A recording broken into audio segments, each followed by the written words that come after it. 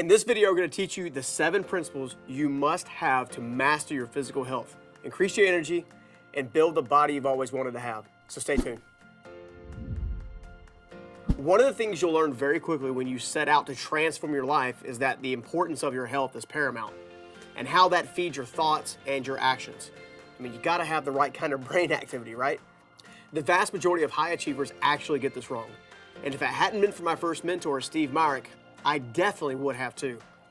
He was laying on the hospital bed with all kinds of things attached to his fingers, his head, and even an oxygen mask on his face, when my father and I decided to actually pay him a visit and go see him in the hospital. He was a man who was incredibly successful in any way of business and entrepreneurship. But as I walked in, he motioned my dad and I to come like a little closer to him. Come on, closer, closer. Just then, my dad, with tears in his eyes, began to praise Steve for all the success he had in his life. From the homes he built, communities he made, to the people he quietly helped behind the scenes. Then Steve pulled the mask off his face slowly and looked at us directly in the eye and simply said, "What good is it to have all the success if I have no health?" And then he looked at my dad and I and said, "Take care of the machine that takes care of your heart and your mind, and pursue it just as hard as you pursue success. Never take your youth for granted. Never forget where you come from, and also never lose sight of where you're going." I didn't actually know what to do in that moment. Here's the thing. It's easy to put our health in jeopardy, especially because it happens mostly in the background. Because the damage we do to ourselves through fried foods, and sugar, and alcohol, and more is a slow fade. It happens over time. It kills our creativity, kills our stamina, and kills all of our activity levels. Here are the 7 principles that I personally use to govern my physical health, to keep myself moving, thinking clearly, and growing. Principle number 1, you gotta be intentional. I mean, really intentional. It's not hard to see why this can be so important given the true story of the hospital room with Steve. In order to live well, you've got to decide to make your health a top priority. And you need to be intentional and focused to make that a reality. The best practices here lay somewhere between doing nothing and planning every single exercise and meal. You have to see your body as a machine, with your brain as the CPU. The machine will only be able to create and take actions based on the health of the operating system. I have personally known very successful people who have passed away in their 20s, 30s, 40s, and more because they put way too much emphasis on being successful and getting ahead, only to lose their life in the end because they didn't take care of the machine. You got to take care of this machine. So to my best effort, in the next 6 principles, I'm going to give you action steps to help keep yourself in check and make sure your brain, your body, and your heart are always firing on all the cylinders you need. Principle number 2, drink plenty of water. And before you tune me out, take this seriously, and here's why. Most people don't actually realize that water has huge benefits to overall healthy living by doing several things, like keeping your body at the proper temperature, increasing your health of your overall muscles and joints, keeping your skin fresh and resolved, and aiding in the reduction of aging, which I could use some more of. A properly hydrated body will also be able to remove sickness, toxins, and other harmful things from your body quicker. It feeds the areas around your heart and your brain, and it helps your cardiovascular system regulate and actually perform at its top performance. To be honest, this is an area where you may have to put your overall health before your guilty pleasures of soft drinks, alcohol, and caffeine kicks. I know I had to, just don't tell anybody. I'm not saying this has to be all or nothing, but what I am saying is those things add toxins to the body, while a healthy and consistent dose of spring water actually increases your body's performance, which increases your brain's performance, which increases your creativity, and decreases your lethargy and low motivation. And how many of us have ever said, "I wish I had more energy"? This is how you do it. I personally use the 80-20 rule here. 80% of my liquids I consume is water. And my personal favorite is Fiji water, due to my friend Casey Krejci's research. And then the other 20% is done in moderation and spaced out over time with family and friends, maybe a date night with the wife. All right, next up, principle number 3, reduce or remove your sugar intake. I actually got lost in a vicious cycle for a while, taking a ton of sugar, and for a long while, I didn't think it was all that bad. That is until I realized my weight was shooting up, and it seemed the more sugar I got, the more I craved. Our bodies have an automatic receptor that regulates our glucose and insulin levels. And the problem is the standard American diet has almost 400 grams of sugar intake a day. Yes, 400 grams. This is why the potential for obesity is larger for Americans than many other countries. Many food manufacturers actually put sugar or sugar substitutes in almost every product we consume. Ketchup, chips, protein powders, protein bars, pizza, burgers, sauces, taco mixes, and the list, as you know, goes on. I decided to do keto for a while, and one of the things that I personally learned was the hardest part of that process was actually cutting back on the sugar I was consuming. I did not realize how my insulin levels had been completely destroyed by the sugar. So I switched to things like monk fruit, which made things much easier for the body to digest, reset my insulin, and gave me that little sweet taste I was looking for. And after I reduced my sugar, I was no longer insulin resistant.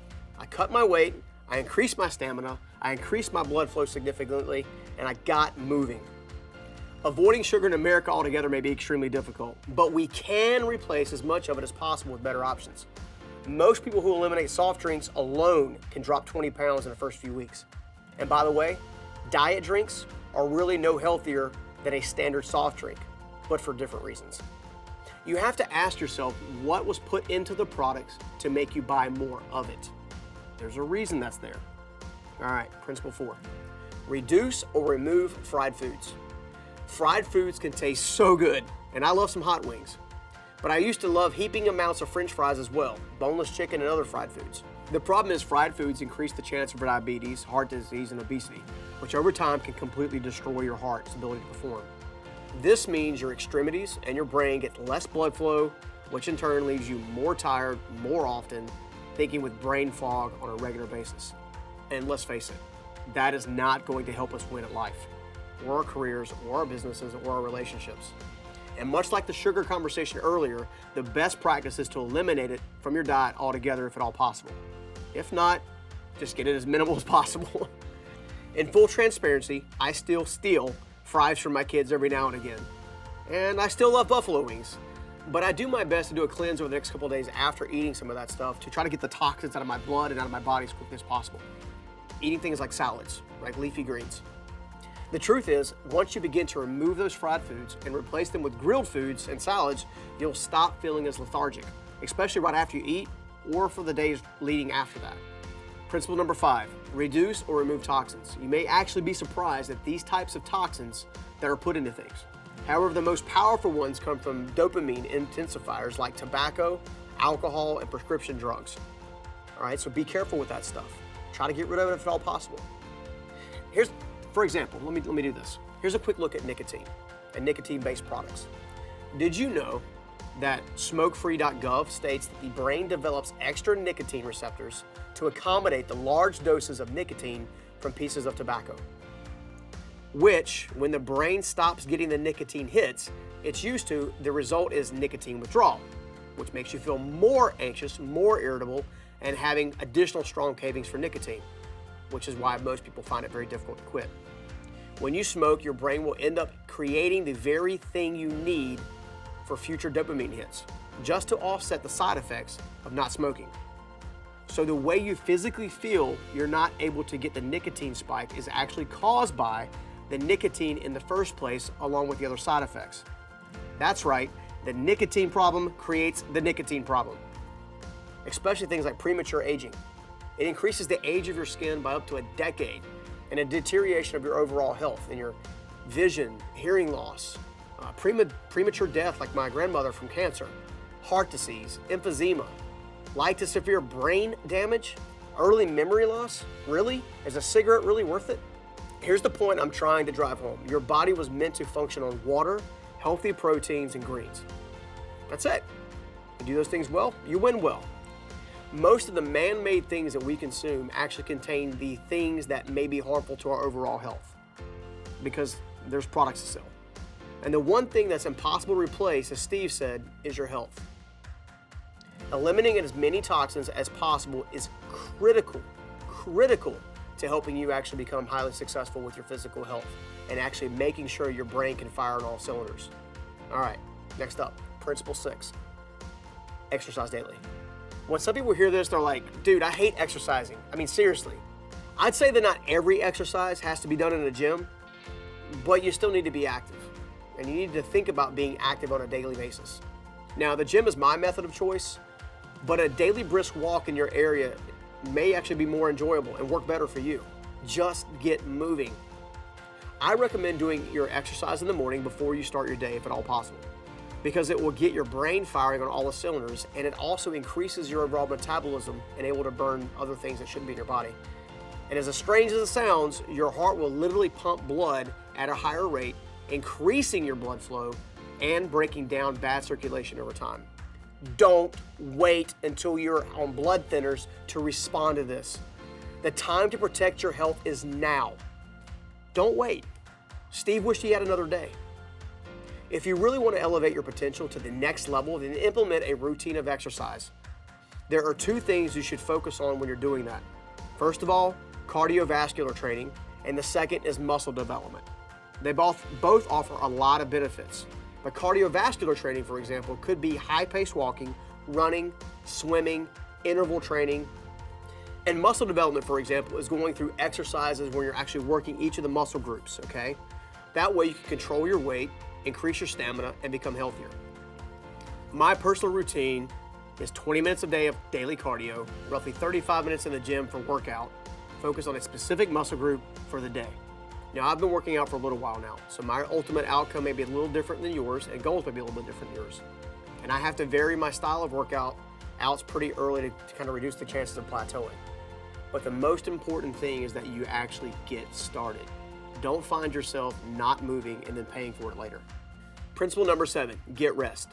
I had to mention this one because in case you're even the slightest little bit like me, you're probably a lot like a doer and activity driven. And one of my personal health blind spots is often getting rest. Now see, I'm very much like go, go, go, and it has not been uncommon for me to do things for weeks on end and then completely crash. Occasionally my body will flat out say, not today, homie, and I'll get a common cold, which actually slows me down for a few days. I actually had to force myself into a 1 day a week rest cycle where I rest my mind, my body, and soul on a regular basis. Strangely, I found it to be the best time for reflection and connection. When there's no agenda, there's no rush. And when there's no rush, there's no chance to smell the flowers and really replenish. So as you overhaul your personal wellness plan, make sure you honestly take time to include rest. That way you too can build your mind, your body, and your soul and actually get the rest you need to kind of keep moving. Avoid the lie of invincibility. Nobody is invincible to illness, and some people simply take longer to get sick than others. Remember, your body is the machine that makes your dreams possible, and it's very important that you give it rest so it can actually function properly and function at peak performance. All right, bonus principle number 8, consume superfoods. A superfood is a food that adds higher than normal value to your cognitive function, digestion, and cardiovascular system. Here are just a few superfood items that I consume pretty much every day that help me operate at peak performance. Turmeric opens the blood flow. Apple cider vinegar helps you digest better. Living Fuel Superberry Ultimate helps you get all the superfoods you need. Living Fuel Super Greens helps make sure I actually get the greens that I need, because it's very difficult to get that with a common salad. And then I also use a strong multivitamin. I'll typically follow those superfoods up with intermittent fasting from time to time. Great tasting salads and high quality free range proteins. That way I can be careful and cognizant about what I put in my body. Consuming superfoods regularly is an easy way to take your physical health to a whole new level. I hope you enjoyed these principles for improving your physical health. I know it was a ton of information. I apologize about that, but it's important information. You see, oftentimes people are so focused on their finances, on their relationships, or their careers that they completely forget and neglect their physical health without realizing it. And I don't want that to be you. I want you to live long, live happy, and live healthy. And that way you can actually win and get to your dreams quicker. Over the next several weeks, I'll be diving into other important areas of life, such as the ones we just went over, and giving you 7 principles to win for each one of those. So don't forget to hit that subscribe button so you don't miss it, you don't miss out. And if you've got value from this video, please do us a favor and hit the like button as well. And we'll see you soon on the next Face to Face. Take care. Hey, it's Connor with the Journey Principles. If you enjoyed this video, I'd recommend you also check out our whiteboard lesson where we cover the 5 core areas to focus on in your physical health. I truly can't recommend this video enough. It's that valuable. Also, we put together an entire Life Mastery 101 playlist right here on YouTube, so feel free to check that out as well.